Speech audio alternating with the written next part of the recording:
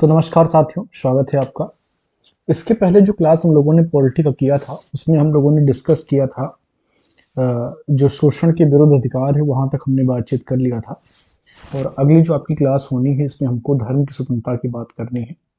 हमने बीते क्लास में आर्टिकल 25 पर बातचीत की थी, लेकिन चूंकि धर्म की स्वतंत्रता को पूरा एक साथ पढ़ना ज़्यादा उचित है, तो इसलिए हम लोग जो है एक साथ पूरा डिस्कशन करने वाले हैं धर्म की स्वतंत्रता। और हम लोग डिस्कस कर रहे हैं अभी मौलिक अधिकार, फंडामेंटल राइट को हम लोग डिस्कस कर रहे हैं। और जो मौलिक अधिकार है, ये भारतीय संविधान के भाग 3 का पार्ट है। किसका? भाग 3 का पार्ट है।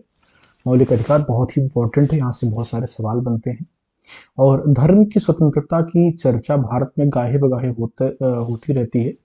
इसकी वजह ये है कि जो धर्म है, ये बहुत ही संवेदनशील विषय है। और भारत में बहुत से धर्मों को मानने वाले लोग रहते हैं। एक डाटा का अगर आप चर्चा करें, तो जो भारत में मुख्य धर्म है, जिसमें आप हिंदुज़म को देखते हैं, इसके अलावा आप इस्लाम को देखते हैं, इसके अलावा आप ईसाइयत को देखते हैं, जैन, पारसी, जिनको आप जानते हैं, इनके अलावा करीब 4.5 करोड़ ऐसे लोग भी रहते हैं इंडिया में, जो इनके अलावा विभिन्न प्रकार की मान्यताओं के हिसाब से अपना प्रैक्टिस करते हैं। तो अब आप समझ सकते हैं कि जो इंडियन सब कॉन्टिनेंट है, ये रिलीजियस रूप में कितना ज़्यादा डाइवर्सिफाई है।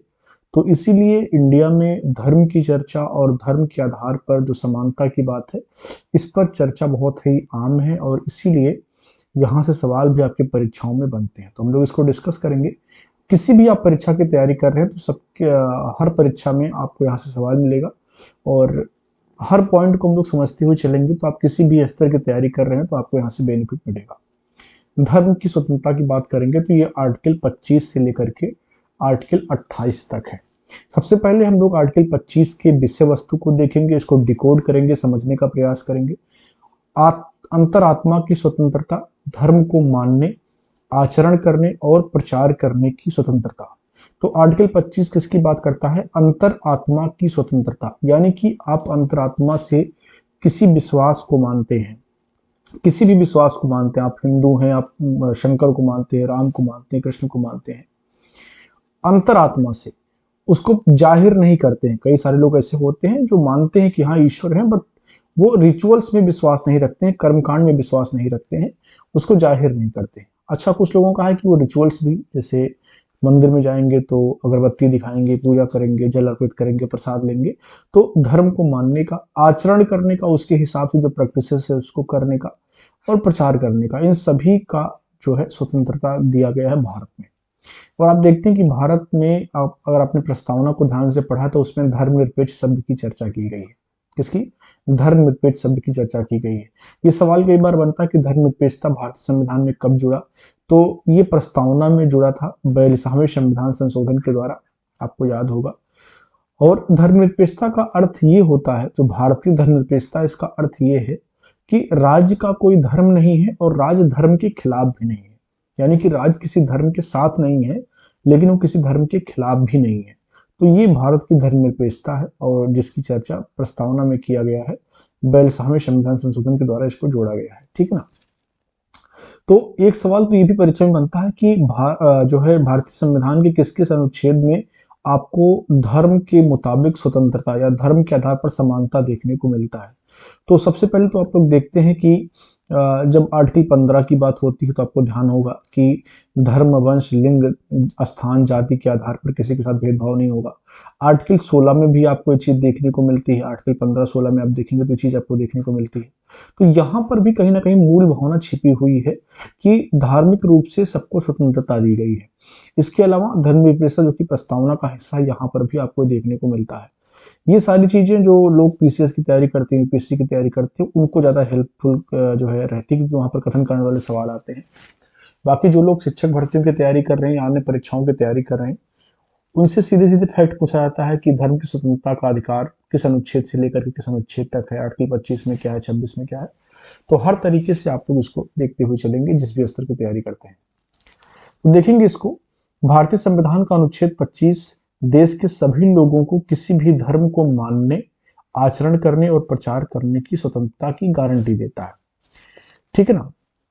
लेकिन देखेंगे यहाँ पर क्या है कि अनुच्छेद का प्रावधान पूर्ण नहीं है। इसका मतलब क्या होता है, यदि सार्वजनिक व्यवस्था, स्वास्थ्य और नैतिकता में व्यवधान होता है तो राज्य विशिष्ट उपाय करने के लिए अधिकृत है। अब ये थोड़ा सा समझने की आवश्यकता है। जैसे यहाँ पर कहा गया कि अंतरात्मा की स्वतंत्रता है, बिल्कुल दी गई है। धर्म को मानने की स्वतंत्रता है, आचरण करने की स्वतंत्रता है, प्रचार करने की स्वतंत्रता है। अब मान लो कोई इस प्रकार से प्रचार करे कि जैसे आप देखते हैं कि अभी क्या होता है कि शहरों में मैंने देखा कि बहुत सारे जो लड़के हैं वो बाइक पर बहुत बड़ा सा झंडा लगा करके और बहुत तेजी से गाड़ी चलाते हुए निकलते हैं, कुछ नारा लगाते हैं। जिस भी धर्म के, जिस भी पंथ के हैं, उसका नारा लगाते हुए बहुत तेजी से निकलते हैं। अब इससे क्या होता है, कई बार ट्रैफिक की समस्या होती है। ट्रैफिक की समस्या होती है तो आप भले ही एक धार्मिक जो है क्रियाकलाप को आयोजित कर रहे हो, लेकिन इससे कई हजार लोग जो है परेशान हो रहे होते हैं। ऐसी चीजों में कई बार सरकार हस्तक्षेप कर सकती है कि आपको किसी जगह से रोक दिया जाए कि भाई आप ये नहीं, दूसरा रास्ता लेकर के जाइए। या इसके अलावा अगर इस प्रकार से कोई इस तरीके से निकल रहा है और की कोई दुर्घटना हो जाती है, कोई मेडिकल कैजुअलिटी हो जाती है, तो ऐसे केस में भी आपको बिल्कुल आबाद आचरण करने की स्वतंत्रता नहीं है कि आप कुछ भी करें और किसी के साथ कुछ भी हो जाए। तो यहाँ पर आप ध्यान देंगे, अगर सार्वजनिक व्यवस्था, जो एक सार्वजनिक व्यवस्था बनी उसमें कोई गड़बड़ी उत्पन्न होती है, या किसी के स्वास्थ्य की समस्या उत्पन्न होती है, या नैतिकता, ठीक है ना, या नैतिकता कहीं पर जो है ऐसा लगता है कि नैतिकता की बात नहीं हो रही, नैतिक नैतिक विहीन काम हो रहा है, नैतिकताहीन काम हो रहा है, ऐसे केस में सरकार के पास विशिष्ट उपाय है और वो कानून बना करके उसको रोकती भी है। यानी कि वो अपने हिसाब से उसको मैनेज कर सकती है। ऐसा नहीं कि धर्म के नाम पर आप कुछ भी कर सकते हैं, तो इस चीज का आवाज जो है आप नहीं कर। जैसे आप देखते हैं कि लाउड स्पीकर को लेकर के बहुत सारे शहरों में नियम बने हुए हैं, बहुत सारे स्टेट में नियम बने हुए हैं कि इस समय तक लाउड स्पीकर बजेंगे, वो किसी भी धर्म के हों, धर्म संस्थान के हों, किसी भी आयोजन के हों, ठीक है ना। तो बिल्कुल स्वतंत्रता है धर्म को मानने की, लेकिन वो जब सार्वजनिक व्यवस्था को डिस्टर्ब करे, स्वास्थ्य को किसी की समस्या पहुंचाए या नैतिकता में व्यवधान डाले, तो ऐसी स्थिति में तो राज्य उस पर जो है प्रतिबंध लगा सकता है, ये उसके पास अधिकार है। तो ये जो यहाँ पर अधिकार दिया गया ये एब्सोल्यूट नहीं है, इसमें किंतु परंतु है, ठीक है ना। चलिए, अब ये सवाल कई बार परीक्षाओं में पूछा गया साथियों कि किस आधार पर धर्म की स्वतंत्रता को सरकार प्रतिबंधित कर सकती है। तो आप लोग ध्यान रखिएगा, सार्वजनिक व्यवस्था पहला है, स्वास्थ्य दूसरा है और नैतिकता तीसरा। ये तीन महत्वपूर्ण बिंदु हैं जिसके आधार पर सरकार जो है धार्मिक स्वतंत्रता में कमी कर सकती है। आगे देखेंगे, राज्य किसी भी धार्मिक प्रथा से जुड़े किसी भी आर्थिक, वित्तीय, राजनीतिक या अन्य धर्मनिरपेक्ष मामलों में विनियमित और प्रतिबंधित करने के लिए अधिकृत है, ठीक है ना। तो ऐसा नहीं कि सरकार धर्म से बिल्कुल दूर हट जाएगी। जैसे आप अमेरिका में देखेंगे तो यूएसए के संविधान में क्या है, ऐसी व्यवस्था है कि स्टेट का धर्म से बिल्कुल कोई मतलब नहीं है, यानी कि एब्सोल्युटली वो उससे बाहर है। लेकिन इंडिया में ऐसा नहीं है। इंडिया में सरकारों को ये कहा गया कि आप एक मॉनिटर के तौर पर देखेंगे चीजों को, किसी के साथ भेदभाव नहीं होना चाहिए, किसी के साथ पक्षपात धर्म के आधार पर नहीं होना चाहिए, लेकिन सरकार जो है मॉनिटर के रूप में जरूर बीच में रहेगी, ठीक है ना। आगे देखेंगे, यह विशेष प्राधिकरण राज्य को सामाजिक कल्याण और किसी भी धार्मिक प्रथा से संबंधित सुधारों के लिए उचित उपाय करने में सक्षम बनाता है। उदाहरण के लिए क्रमशः हिंदू समाज और सिख समाज के सभी वर्गों के लिए हिंदू मंदिर, गुरुद्वारों को खोलने के उचित उपाय कर सकता है। जैसे आप देखते हैं कि धर्म को मानने का अधिकार है, तो हिंदू अगर बोले कि किसी भी मंदिर में कोई तथाकथित निम्न जाति के लोग, तथाकथित मैं इसलिए कह रहा हूं क्योंकि कोई उच्च या निम्न नहीं होता है, तो तथाकथित निम्न जाति के लोग प्रवेश नहीं करेंगे, इससे हमारी भावना आहत होती है। ऐसे में सरकार बीच में उसका रोल आता है कि नहीं, वो ये कहे कि नहीं, कोई ऊंचा नीचा नहीं है, सबको मंदिर में जाने का अधिकार है। तो अब अगर ये तथाकथित उच्च जाति कहता है कि नहीं, तो हमारे जो है मौलिक अधिकार कानून है, तो ऐसा नहीं है। अगर कोई ऐसा क्रियाकलाप करता है तो सरकार के पास पूरी व्यवस्था है, पूरा पावर है कि वो सभी लोगों के लिए जो है मंदिर और गुरुद्वारों की विशेष बात यहाँ पर इसलिए किया गया है क्योंकि इसमें जातिगत अस्थिकरण देखने को मिलता है, ठीक है ना। एक अन्य उदाहरण आप देखेंगे, सिख धर्म का पालन करने वाले लोगों को अपने पेशे के स्थान पर जो है कृपाण पहनने और ले जाने की अनुमति देना हो सकता है। यानी कि जो विशेष कुछ स्थितियां हैं, तो वहां पर सरकार को ये जो है पावर है कि वो अपने हिसाब से नियम भी बना सकती है, ठीक है ना। अनुच्छेद 26 की हम लोग बात करेंगे तो धार्मिक मामलों के प्रबंधन की स्वतंत्रता, धार्मिक मामलों के प्रबंधन की स्वतंत्रता। आर्टिकल 25 क्या है कि आपको स्वतंत्रता किस चीज की मिलेगी, ये बात तो हो गई। अब प्रबंधन की स्वतंत्रता की बात होगी। यह विशेष अनुच्छेद, जैसा कि भारतीय संविधान में कहा गया है, यह प्रावधान करता है कि प्रत्येक धार्मिक संप्रदाय के पास स्वास्थ्य, नैतिकता और सार्वजनिक व्यवस्था के अधीन नीचे उल्लिखित अधिकार है। देश के प्रत्येक नागरिक को धार्मिक और धर्मार्थ गतिविधियों को चलाने के उद्देश्य से संस्थान बनाए और बनाए रखने का अधिकार है, क्योंकि ये प्रचार प्रसार वाले उनके अधिकार में आ जाता है। जब धार्मिक मामलों की बात आती है तो प्रत्येक नागरिक को अपने मामलों का प्रबंधन करने का अधिकार है। धार्मिक संप्रदाय को अचल और चल दोनों संपत्तियों को हासिल करने का अधिकार है। जो धार्मिक संप्रदाय है, ये चल संपत्ति यानी कि जो है पैसा है, सोना है, ये सारी चीजें। अचल संपत्ति जैसे कि जमीन है, कोई स्थापत्य है, तो उसको हासिल करने का अधिकार होता है। उन्हें कानून के प्रावधान के अनुसार अर्जित संपत्तियों के प्रबंधन का भी अधिकार हो। जैसे ट्रस्ट बनाए जाते हैं, जैसे राम मंदिर है तो उसका एक ट्रस्ट बनाया गया है, एक नियम के तहत बनाया गया है, तो वो उसको अर्जित करते हैं, उसका प्रबंधन करते हैं, ठीक है ना। तो कुल मिलाकर के ये किसके बारे में कहा गया कि अगर किसी के जो है स्वास्थ्य पर समस्या नहीं आ रही, किसी संप्रदाय के काम से या किसी सार्वजनिक व्यवस्था में, लोक व्यवस्था में कोई दिक्कत नहीं आ रही, कहीं नैतिकता का हनन नहीं हो रहा है, ऐसे में वो अपने धर्म के प्रचार प्रसार के लिए धार्मिक गतिविधियों को कर सकते हैं, ठीक है ना। अनुच्छेद 27 देखेंगे, किसी विशिष्ट धर्म के प्रचार के लिए कर देने की स्वतंत्रता। तो जैसा कि भारतीय संविधान में कहा गया है कि अनुच्छेद 27 के अनुसार राज्य किसी विशेष क्षेत्र को बढ़ावा देने या धार्मिक संस्थानों को बनाए रखने के लिए लोगों को कर देने के लिए बाध्य नहीं कर सकती है। तो एक तरीके से ये निगेटिव सेंस में लिया गया है। क्या है? एक निगेटिव सेंस में है कि सरकार चूंकि क्या है, धर्मनिरपेक्ष है, सेकुलर है, तो वो किसी भी जो है जनता पर, किसी भी लोक जो लोग है यानी कि जो पब्लिक है, उस पर कोई ऐसा कर आरोपित नहीं करेगी जिससे एक विशेष धर्म के लिए उसको वसूला गया। जैसे आप देखेंगे इस्लाम में क्या होता है कि जजिया कर लिया जाता है, तो जजिया कर गैर हिंदुओं से लिया जाता है, ठीक है ना।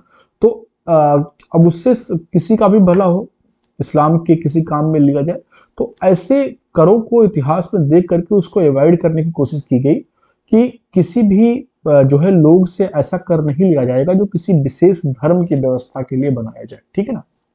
जब किसी विशिष्ट धर्म को बढ़ावा देने की बात आती है तो करों का भुगतान करना व्यक्ति की इच्छा एवं स्वतंत्रता पर निर्भर करता है, यानी कि सरकार कोई कर बाध्य नहीं कर सकती है, ठीक है ना। अब आते हैं हम लोग अनुच्छेद 28 पर। आर्टिकल 28 क्या है? विशेष शैक्षणिक संस्थानों में धार्मिक निर्देशों या धार्मिक पूजा में भाग लेने की स्वतंत्रता। तो ये जो है शिक्षा से थोड़ा सा जुड़ जाता है, क्योंकि धार्मिक स्वतंत्रता है तो क्या विद्यालयों में चूंकि यूनिफॉर्मिटी का व्यवस्था होता है, वहां पर अगर प्रार्थना हो रहा है तो चाहे हिंदू है या मुसलमान है, सबको एक ही प्रार्थना करना है, ईसाई है तो उसको भी प्रार्थना करना है, सबके ड्रेस एक होते हैं, जो स्कूल की व्यवस्थाएं बनाई जाती हैं सबके लिए एक बनाई जाती हैं। ऐसे कई केसेस भी आए हैं सुप्रीम कोर्ट के सामने, अभी हम लोग डिस्कस करेंगे उसको, लेकिन पहले इसको समझ लेते हैं। तो अनुच्छेद 28 के अनुसार जैसा कि भारतीय संविधान में कहा गया है, किसी भी धार्मिक समूह के स्वामित्व या प्रबंधन वाला प्रत्येक शैक्षणिक संस्थान धार्मिक निर्देशों का प्रसार करने के लिए स्वतंत्र है। इसके अतिरिक्त यह लेख नीचे उल्लिखित बिंदुओं को भी निर्दिष्ट करता है। तो यहां पर ध्यान से देखेंगे, अनुच्छेद 28 के अनुसार जैसा कि भारतीय संविधान में कहा गया है, किसी भी धार्मिक समूह के स्वामित्व या प्रबंधन वाला प्रत्येक शैक्षणिक संस्थान धार्मिक निर्देशों का प्रसार करने के लिए स्वतंत्र है। तो जैसे अगर कोई संस्था स्थापित किया गया किसी विशेष धर्म समूह के द्वारा, तो वो क्या करता है कि अपने धर्म की पढ़ाई के लिए जो है स्वतंत्र है, कोई दिक्कत नहीं। जैसे मदरसे की स्थापना किया गया, तो मदरसे में अगर कुरान पढ़ाया जा रहा है दैट इज गुड, कोई दिक्कत नहीं है। अगर कोई संस्कृत पाठशाला खोल रहा है, कोई जो है हिंदू धर्म से जुड़ा व्यक्ति संस्कृत पाठशाला चला रहा है और वहां पर वेदों को पढ़ा रहा है, हिंदू धर्म का ज्ञान दे रहा है, दैट इज गुड, कोई दिक्कत नहीं, यहाँ पर कोई प्रॉब्लम नहीं है। लेकिन यहाँ पर कुछ पॉइंट है जो आपको ध्यान देना है। राज्य से धन प्राप्त करने वाले शैक्षणिक संस्थान धार्मिक निर्देशों का प्रसार करने के लिए अधिकृत नहीं है। यानी कि अगर किसी शैक्षणिक संस्थान को सीधे स्टेट पैसा देता है चलाने के लिए, तो वहां पर सिर्फ आप धार्मिक निर्देशों का प्रसार करेंगे, ये आपके हाथ में नहीं है, ये आप नहीं कर सकते हैं, ठीक है ना। दूसरा क्या है, शैक्षणिक संस्थान जो कि राज्य द्वारा वित्तीय रूप से समर्थित हैं लेकिन धार्मिक निर्देशों को प्रदान करने के इच्छुक हैं, किसी बंदोबस्ती या ट्रस्ट द्वारा स्थापित किए गए थे, तो उन्हें ऊपर उल्लिखित प्रतिबंध से छूट दी गई है, ठीक है ना। ऊपर उल्लिखित प्रतिबंध से छूट दी गई है। किसी भी राज्य वित्त पोषित शैक्षणिक संस्थान को धार्मिक निर्देश प्रदान नहीं करना चाहिए। तो आप देखेंगे कि शैक्षणिक संस्थान जो राज्य द्वारा वित्तीय रूप से समर्थित हैं लेकिन धार्मिक निर्देशों को प्रदान करने के इच्छुक किसी बंदोबस्ती या ट्रस्टी द्वारा स्थापित किए गए थे, उन्हें ऊपर लिखित प्रतिबंध से छूट दिया गया है। इसका मतलब यह है कि अभी अगर राज्य के द्वारा वित्तीय रूप से समर्थित है, यानी कि सीधे स्टेट के द्वारा नहीं चलाए जा रहे हैं, कुछ स्टेट उनका मदद कर रहा है लेकिन वो किसी धार्मिक ट्रस्ट के द्वारा स्थापित किए गए थे, तो ऐसे केस में उनको थोड़ी सी छूट है कि वो धार्मिक पढ़ाई अपना जारी रख सकते हैं। ये बात यहाँ पर कही जा रही है। आगे देखेंगे, शैक्षणिक संस्थान में भाग लेने वाला कोई भी व्यक्ति जो राज्य द्वारा मान्यता प्राप्त है या राज्य से सहायता प्राप्त है, उसे किसी विशेष शैक्षणिक संस्थान में दिए जाने वाले किसी धार्मिक निर्देश में शामिल होने या शैक्षणिक संस्थान में की जा रही किसी भी धार्मिक पूजा में शामिल होने की अनुमति नहीं है, जब तक कि उसे उसकी अनुमति नाबालिग के मामले में अभिभावक या इसकी सहमति देने वाले जिम्मेदार व्यक्तियों के पास मतलब न जाए। वो कहने का मतलब ये है कि जैसे मैं एक एग्जांपल समझाता हूँ। मान लो स्कूलों में बसंत पंचमी में सरस्वती पूजा होता है। अब जो इस्लाम को मानने वाले हमारे साथीगण हैं, तो वो ईश्वर अल्लाह को ही एक मानते हैं और उनका ये मानना है कि एक ही ईश्वर है और हमें उन्हीं को सजदा करना, उन्हीं के सामने झुकना है, किसी और का पूजा नहीं करना है, किसी और के सामने प्रेयर नहीं करना है। ऐसे में अगर उनका बच्चा किसी स्कूल में पढ़ता है और उस स्कूल को राज्य से कोई कोई भी व्यवस्था, कोई भी पैसा मिल रहा है, कोई भी सपोर्ट मिल रहा है, सीधे स्टेट चला रहा है या पैसा मिल रहा है, ऐसे में वो बिल्कुल भी उनको अनुमति नहीं है कि उस बच्चे को उस पूजा में शामिल करे। अगर बच्चा बालिग है, यानी कि वो ऐसी स्थिति में है कि अपना निर्णय खुद ले सकता है, तो उसकी इच्छा है बैठे या ना बैठे। लेकिन अगर वो नाबालिग है तो उसके पेरेंट्स के बिना इच्छा के आप उसे ऐसे किसी क्रियाकलाप में नहीं बैठा सकते हैं। ये बात यहाँ पर कही जा रही है। तो इस प्रकार आपने देखा अनुच्छेद 25 से लेकर के अनुच्छेद 28 तक धार्मिक मामलों के बारे में आपके अधिकार की बात की जा रही है। यहाँ पर साथियों देखेंगे जो आर्टिकल 32 है, अब हम लोग अगली क्लास में इसको डिस्कस करने वाले हैं। अगले वाले क्लास में डिस्कस करेंगे। आर्टिकल 32 ये क्या है?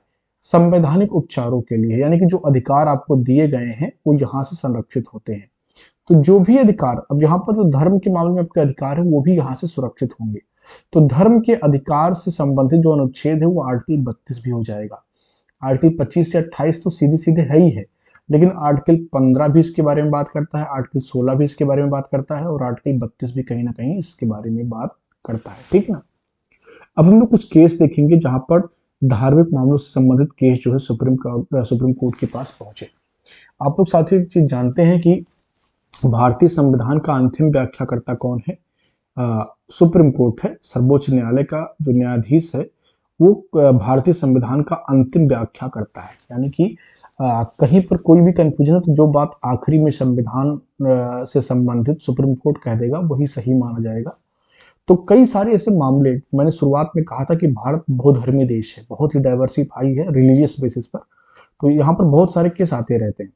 तो देखेंगे बहुत सारे केस में कि सुप्रीम कोर्ट ने क्या अपना वर्डिक्ट दिया और किस तरीके से आर्टिकल 25 से लेकर के 28 तक जो राइट्स दिए गए हैं उसको कैसे प्रोटेक्ट किया है सुप्रीम कोर्ट।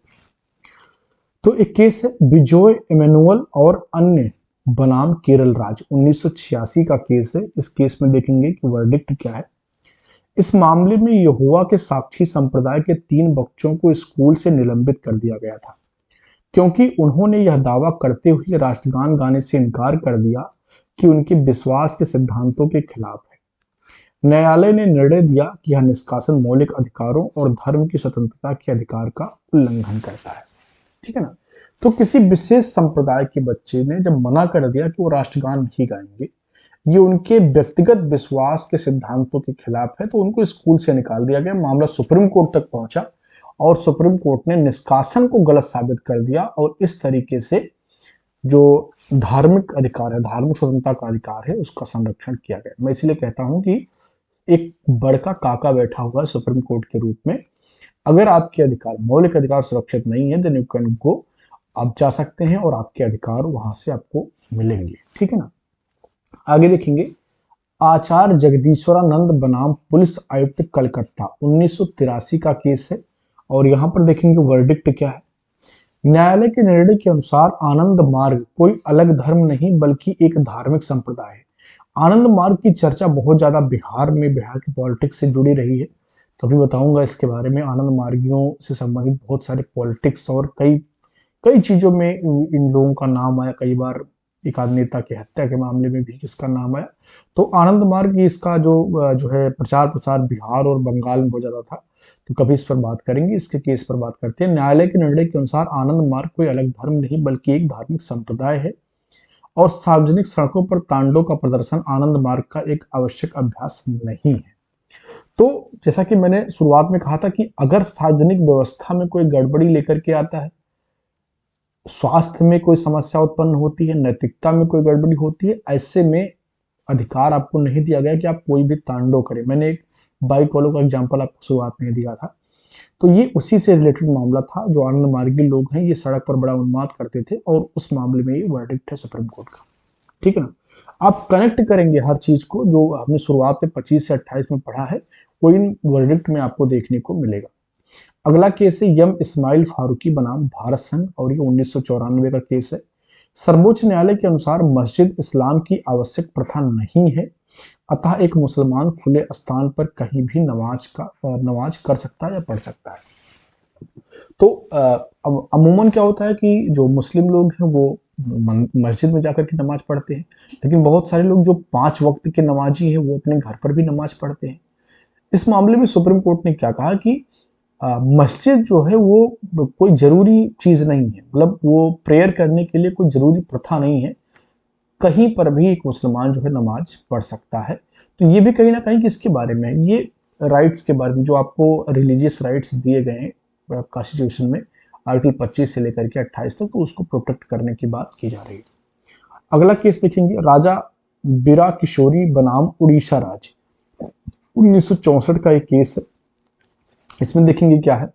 इसमें जगन्नाथ मंदिर अधिनियम 1954 की वैधता को चुनौती दी गई थी क्योंकि इसने पूरी मंदिर के मामलों के प्रबंधन के प्रावधानों को इस आधार पर अधिनियमित किया था कि अनुच्छेद 26 का उल्लंघन था। न्यायालय ने कहा कि अधिनियम केवल सेवा पूजा के धर्मनिरपेक्ष पहलू को विनियमित करता है, अतः अनुच्छेद 26 का उल्लंघन नहीं है। तो अनुच्छेद 26 जिसमें बात की गई है धार्मिक मामलों के प्रबंधन के बारे में, तो ये केस था कि जो अधिनियम 1954 का है इसमें कोई गड़बड़ी है, ये 26 का उल्लंघन है। तो सुप्रीम कोर्ट ने फाइनली इसमें ये कहा कि कोई उल्लंघन नहीं, सब कुछ ठीक है। तो आप देख पा रहे हैं कि जितनी भी जो प्रोविजंस आपने देखे 25 से लेकर के 28 तक, उन्हीं के आधार पर सुप्रीम कोर्ट के हर फैसले आपको देखने को मिल रहे हैं। ऐसे बहुत सारे फैसले आपको और भविष्य में देखने को मिलेंगे। जब भी कोई सुप्रीम कोर्ट का वर्डिक्ट आए धर्म के मामले में, तो आप उसको देखते रहिए कि वो उसमें क्या बातें कही जा रही हैं। बहुत सारे नए नए आते रहेंगे, क्योंकि ये जीवन चलता रहेगा, संविधान तो चलता रहेगा, नई नई व्याख्याएं उसकी होती रहेंगी और नए नए केस भी आते रहेंगे। तो मुझे उम्मीद है कि आपको ये बात समझ में आई होगी। जो आर्टिकल 25 से 28 तक है, मौलिक अधिकार है आपका, धार्मिक स्वतंत्रता का अधिकार, इसको हमने इस क्लास में डिस्कस किया। इसके आगे हम लोग अगली क्लास में डिस्कस करेंगे। अगर कोई चीज़ समझ में आपको नहीं आई है तो कमेंट बॉक्स में लिख दीजिएगा, अगली क्लास में उसको मैं देख करके रिप्लाई आपको कर दूंगा। और कोई भी समस्या, कोई भी चीज़ आपको समझ में नहीं आ रही, जब कुछ और आप कहना चाहते हैं तो आप कमेंट बॉक्स में लिख सकते हैं। मिलते हैं नेक्स्ट क्लास में। Thank you.